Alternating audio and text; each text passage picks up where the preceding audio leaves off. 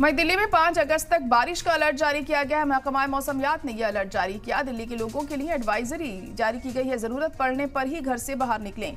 तो दिल्ली के लोगों को ये कहा जा रहा है कि अगर सबसे ज्यादा आपको जरूरत है तभी आप घर से बाहर निकलें, नहीं तो घर में ही रहे, नहीं तो ये आपके लिए खतरनाक साबित हो सकता है क्योंकि जगह जगह पानी भरा हुआ है। तो 5 अगस्त तक बारिश का अलर्ट जारी किया गया है। महकमा मौसमियात ने यह अलर्ट जारी किया। दिल्ली के लोगों के लिए एडवाइजरी जारी की गई है कि जरूरत पड़ने पर ही घर से आप बाहर निकलें। तो महकमा मौसमियात ने यह एडवाइजरी जारी की है और लोगों से कहा गया है कि जब जरूरत हो तभी वो घर से बाहर निकले, नहीं तो घर में ही रहें। तो जगह जगह पानी भरा हुआ है दिल्ली में। ऐसे में लोगों को यह हिदायत दी जा रही है कि बेवजह घर से ना निकलें, ऐसे में हालात और ज्यादा खराब हो सकते हैं।